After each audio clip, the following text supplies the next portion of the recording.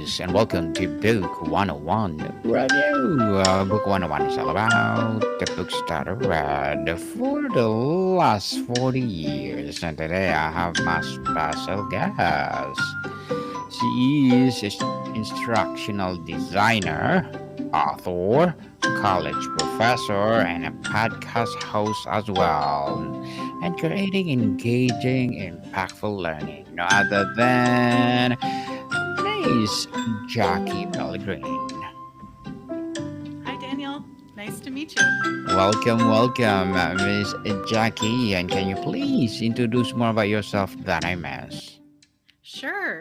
So I've been an instructional designer working in higher education for about 15 years. And so I really enjoy it. Did a little bit of corporate for a while, and I've been teaching college courses for a little over 4 years now. I love it. I get to do the work every day of an instructional designer, and then I get to teach the next generation. So it helps me to keep myself fresh, and because technology it's changing all the time, we know that. So that's Yes. great. Yeah, so it's wonderful.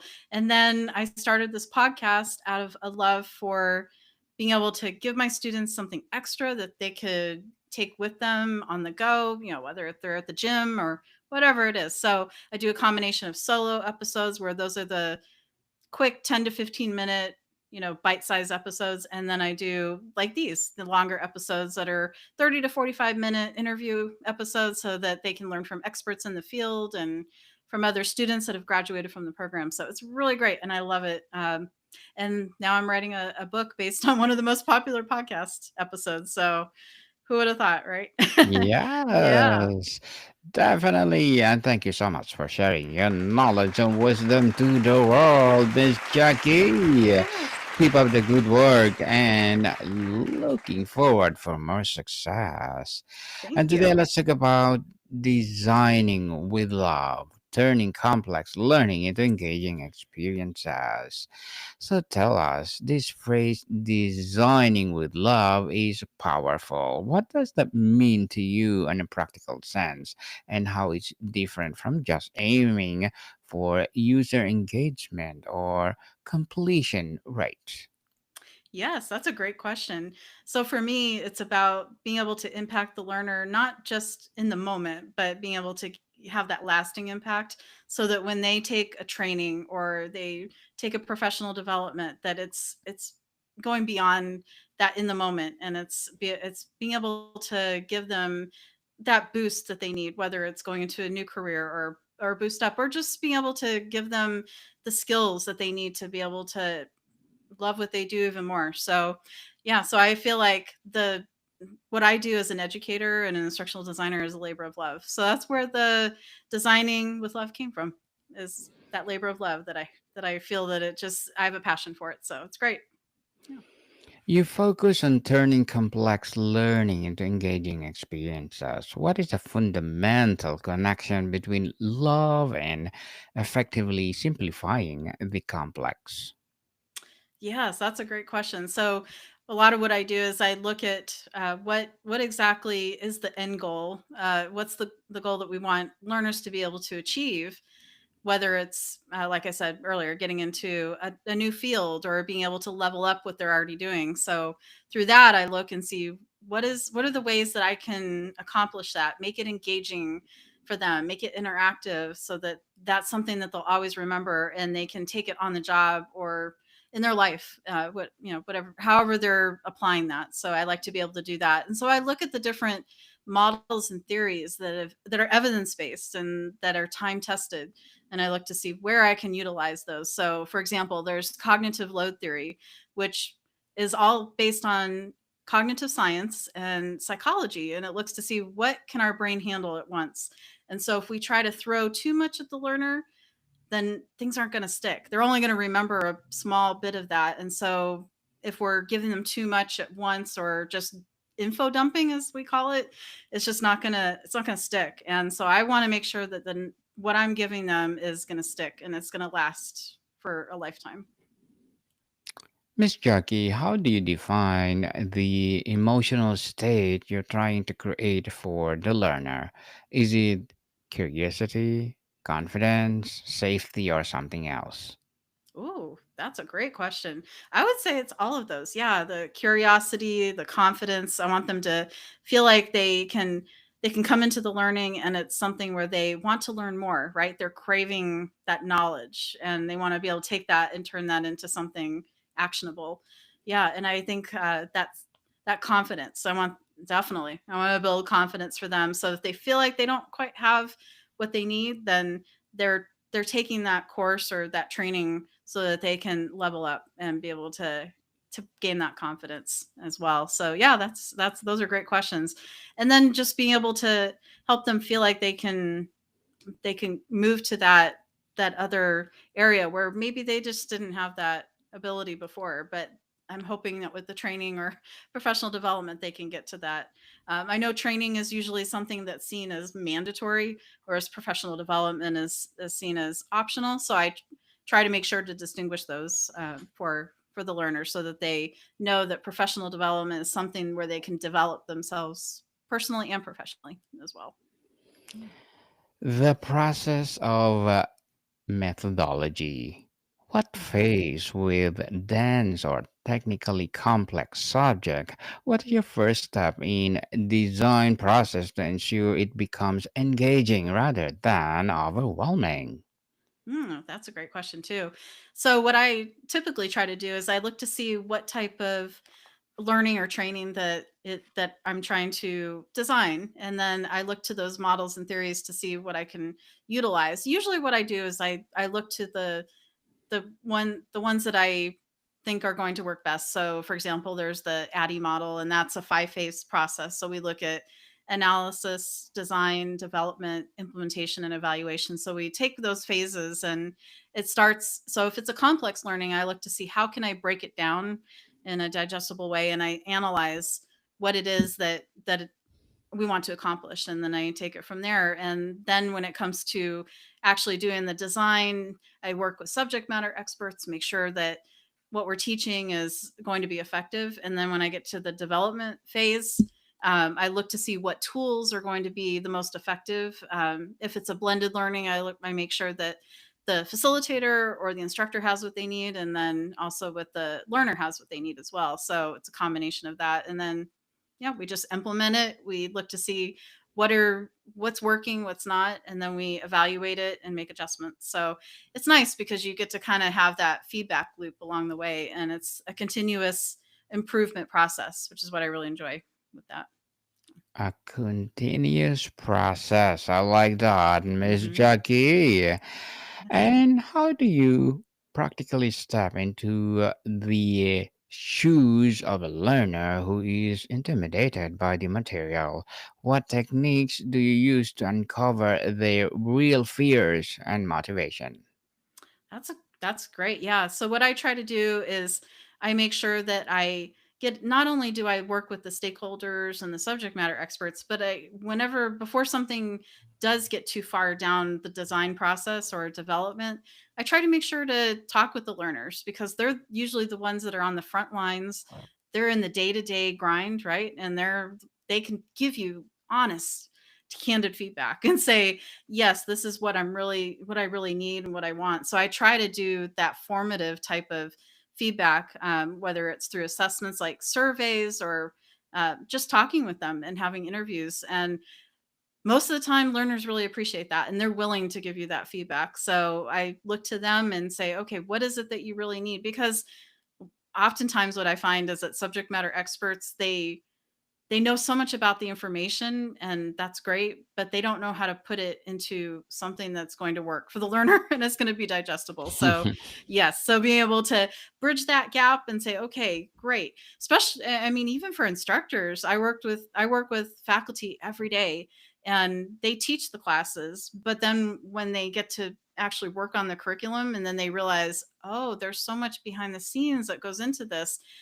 Because they just see the end product. They see what they're teaching in the classroom with the curriculum, but what they don't realize is that they're the instructors and they're good at what they do, but the behind the scenes is really what holds it all together and what really makes it work. And so, yeah, so it's pretty amazing to see that and then just being able to have that evidence. before we go and make changes to things, we want to make sure we don't make changes just to make changes, that it's intentional and that we keep the learners in mind all the time with that. Miss Jackie, what does interactivity look like in your designs? How do you make sure interactions are meaningful and reinforce learning rather than just being decorative? Yes, yeah, we wanna make sure that it's not just, eye candy, as we like to call it, that it actually has meaning, right? And that's one phrase that I learned early on in my instructional design career, is not to just make something just to make it look pretty or make eye candy, but to actually make it meaningful. So, I use there's some tools that I love using, some of them are Canva. I also like using Genially, which is not well known out there, but it's a really good tool for making things that are interactive and it's not overwhelming for learners. So, yeah, so I try to make sure that the tools that I'm using and the technology that I'm using is bringing about that, and it's reinforcing those principles like the cognitive load theory and multimedia principles as well. So I make sure that that I'm not, making things that are not going to resonate with learners and is not going to give them what they need. So I make sure that I'm utilizing those principles, and as they say, practice what you preach. So I do practice what I preach. Yep. Yes, practice what you preach. And how do you design topography and layout contribute of making complex information feel approachable and even beautiful? Yes, that's a great question. So I love being able to combine those different things. So there's actually a science behind that too. When it comes to complementary colors, what's nice, I mentioned Canva earlier. So Canva has a tool that's on the web, and you don't even have to have a Canva account, but they have this color wheel tool, and I utilize that quite often. So as you can see here on the screen, I have the heart, and it has the complementary colors to it. So I always run it through some type of checker tool to make sure that the colors complement each other, the typography looks good. What's nice is that there are tools like that out there for typography and color, but the human eye is even better. So I always make sure to kind of give it that human touch to it. So, and then again, I test it with my learners and I make sure, does this work for you? Because there are instances where you have learners that are colorblind, and if you have colors that are not complementary, it really makes it hard. I have also a color, or not, I have a vision impairment myself, not color blindness, but brighter colors are harder for me. So I always try to think of, how would I be able to view it, or do I have to squint my eyes? Right. And can I read it? So yeah. Yes. So yep. So being able to just kind of think of the learner and really do that pulse check with them. And before I go and do all the work in it, I try to even during that prototype phase when it's still in draft mode, and I'll let them know this is not the final, but this is something. Can you look at it and make sure that I'm on track with it and that it looks good? And so yeah, so being able to get that feedback all throughout the process really helps, because as a designer, I'm not working in silo. I'm working with so many different people that inform that process, and I think that's important. Miss Jackie, as instructional designer, an author, college professor, and podcast host, what are your short term and long term goals? Yeah, so I definitely want to be able to reach people and be able to let them know that this industry is growing, and it may not be well known. Oftentimes I get questions from people when they ask me what I do for a living, my full time job that is, and I mention what I do, and I get kind of this confused look. And so once I tell them what the job is and what I do every day, it sparks an interest in them, and they actually want to get into it and learn more about it. So I think for me, it's being able to not only just do the work every day for the learners, but also be able to inspire the next generations. That's why I love teaching. And then the podcast is that extension of that, and being able to help my learners as well. So yeah, so it's really great, and my students. So, and I'm hoping with the book I can reach another segment of my audience, that it's and it's not a copy of what's in the podcast, although it's based on podcast episodes that kind of inspired it, but it goes beyond that. So it's nice because listeners won't feel like, wait, I can get the podcast episodes for free, but now I have to pay for it. And I'm like, no, no, no, it's not going to be that. It's actually going to be more than that, because a podcast can only go so far. And so it's this book is going to have, it has reflections in it at the end, and it does take some of what's in the book. I do have interactive content that's going to live in the ebook version of it. So it's nice because I'm able to actually have that content not just for one purpose, but for multiple purposes, which is really great. So if someone doesn't know about the podcast and they happen to catch the book, that's great, and then I can reach them through multiple mediums, which is fantastic. Fantastic indeed. And when did you publish your book, Miss Jackie, or upcoming book? It's upcoming. Yep. So I'm going through the manuscript one more time because I want to make sure it flows well. And I've been using AI technology, ChatGPT, to kind of refine it and just kind Hmm. of, and then of course ensure my voice is in there and everything. But what I did recently over this past weekend, I think I did it yeah, it was Sunday that I did this. So I had the chapter all laid out. I've 20 chapters, and I just felt like something wasn't quite right with the order. And I was like, there's something off about this, about the chapters. It just doesn't feel like it flows well enough. I mean, part of it did in the beginning, but I felt like as I was getting later on in the chapters, I was like, feels like it needs to be reordered, but I just wasn't quite sure how to go about that. So what I did was I took my proposal that I have with my chapter titles, and then it has a little bit of a description with that. And I just put that into ChatGPT, and I said, here's my current chapter format. And, can you recommend if there's anything I should change in the order? And it came back and it said, yeah, overall it's really good, but here's some areas where you could shift some chapters because you want to start with the ones that are foundational first with the models and theories, and then move into the more complex ones. So I still had, I had a good amount, but it still needed some work. And then what was nice is ChatGPT actually said, why don't you go ahead and create parts and then chunk those into those, because 20 chapters is quite a bit. And I was like, yeah, that's true. I didn't think of that, but I kind of did in the back of my mind. But when ChatGPT recommended that, I thought, yeah, that's a good idea. So it gave me recommended parts, and then I chunked those into and put those chapters in there. So it seems like now it flows a lot better. So, but I still want to kind of go through now that I've rearranged the chapters and make sure it works well still with that. So yeah, that's kind of where I'm at right now, but it feels like it's at a good point right now in the process. So I think I'm Well, about ready. Yeah, I think I'm good about luck. ready. Good luck for that, Miss Jackie, and looking forward for more success as well Thank as you. your goals. And can you please recommend a book or books that influence you, Johnny? Yes, absolutely. So one of the early books that influenced my learning and for me wanting to go into instructional design, it was when I was in my master's degree in instructional design. So Dr. Michael Allen, he created the SAM model, which is a iteration. It's kind of a iterative design process or a model of the ADDIE model. So it's called Michael Allen's Guide to E-Learning. It's been around for a long time because I got my second master's degree. I graduated in 2013. So I looked it up online yesterday, and it's the second edition is still out there. So that's my go-to. And then another one is by Don Norman. It's called The Design of Everyday Things, and it's in one of the classes I teach.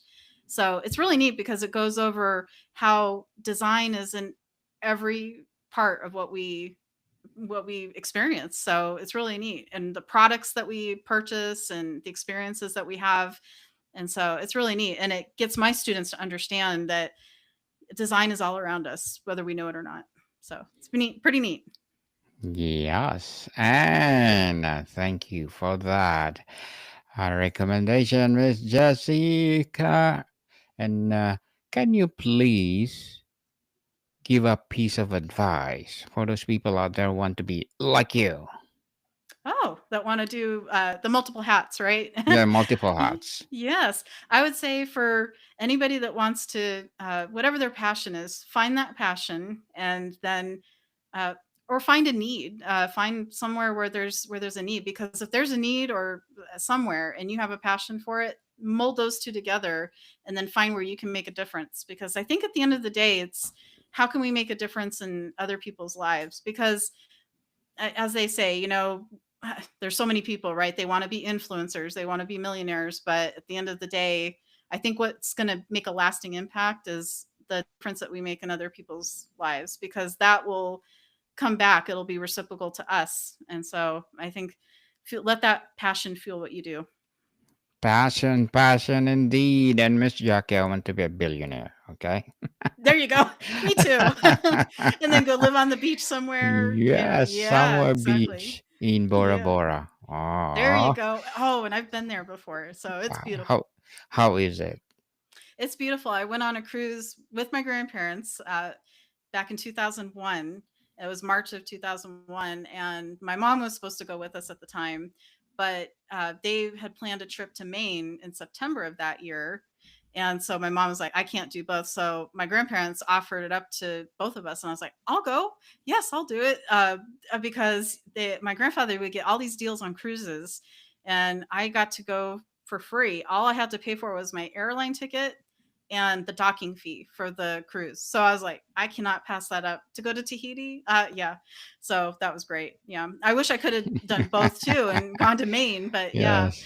Yeah. So, and it happened to be that they went September 2001 and they were coming back that day that September 11th, 2001 happened. So they ended up getting stuck in Maine for a week and they couldn't come home. My grandfather had lobster because the back east, if you've ever been back east and you've had crab, lobster, any seafood, the further north you go, the better it is. And so my grandmother loved lobster, and of course it's best there. So he had it in a container with that was freeze dried, but it was no good. By the time they got home, it was horrible. So stunk really bad. They had to throw it out. So it was a shame because she would have loved to have that and dip it in the butter, the melted butter, but didn't work. So yeah, yeah. Yes, what an experience, Miss Jackie, and thank you for sharing that priceless experience for sure. Sure. And what experience in your own life, either as a learner or a teacher, solidified your belief in this approach? Oh, I would say when I was working at a job, at my first higher education job at a university, and when they introduced this program that I ended up graduating from, the instructional design and technology program, when I saw that on my computer at work, that's when I had my epiphany moment. And I said, "Oh wow, this is what I've always wanted to do. I just didn't know there was a name for it." So halfway through my program is when I got my first instructional design job in their learning and development department, and that's what really fueled that passion. And once I got into it, I said, "This is it. This is what I was meant to do." So, yeah, and I think it's great because no matter how much work someone's done in other areas, if they want to make that career shift, that's possible. I think anyone can be living proof of that it's possible, and it doesn't matter what age you are. So yeah, I was in my 30s when I did it, and I didn't look back. So I just took the plunge, got the master's degree, and the rest is history. Yep. The rest is history for sure. For instructional designers listening who feel inspired, what is a small shift they can make tomorrow to start infusing more love into their work? Yes. So I would say be able to maybe start with something small, like for example, if like I mentioned before, if they see a need or a gap somewhere in their own learning, or maybe where they work, or if they volunteer somewhere at an organization, look for that need somewhere, and then they can talk to the organization or they could talk to the company and say, I have an idea for being able to improve something or fill that need, and then they can start creating things. And there's also on LinkedIn, there's groups as well that like iSpring Learning Exchange. And there's also Tim Slade has the eLearner Designers Academy for beginning instructional designers or aspiring instructional designers. So look for those opportunities where you can be able to practice in a safe environment and be able to just kind of experiment with things. And then as you do it more and more, I learned something new every time I do it, and then from there, I just encourage everybody to look at the different jobs that are out there and see what area you want to go into, whether it's higher education, K through 12, um, corporate, nonprofit. They all have different, pros and cons to them. So looking at those and seeing where your niche is, I think is always good too. So yeah. Yes, so Miss Jackie, before we wrap up our discussion for today, I'm inviting you to please to listen to my other podcast, people. My other podcast, because my Abstract Essay is already in fifth season, Abstract Poetry in second season, and my Book 101 review in fifth season too, Comedy 101 in second season, and my Food 101 in fifth season as well, Geography 101 in fourth season, and my Law 101 and Mental Health 101 are my baby podcasts. Love Letters in third season, and Movie 101 Review and Music 101 in fourth season, and Science 101 and Sex 101 in its first season. Please listen to them wherever you listen your podcast. So, Miss Jesse, when do you imagine a world where more learning a design with love? What does the world look like, and what changes in people and organizations? Hmm. I would say when organizations and when people can understand that learning is not just an afterthought, but it's active and it should be cared for and nurtured. So I think that's a beautiful thing when you can do that, because organizations in the past have thought of it as an afterthought, but I think now with AI technology, they're realizing that they need to bring it to the forefront. So I think as long as organizations and people can realize that learning is powerful. So I think that can be an amazing thing, for sure. Miss Jackie Pelegrin, thank you so much for sharing your knowledge and wisdom to the world. Hoping for more and more empowering advocacy to come, more and more empowering books to come. So, can you please invite our listeners to support your advocacy, your upcoming book, or whatever projects that you're doing right now? Sure. Yes. So they can go, as you showed there, they can go to my podcast and they can go to the Buzzsprout website. And then also my Buy Me a Coffee page. Just go to Designing with Love.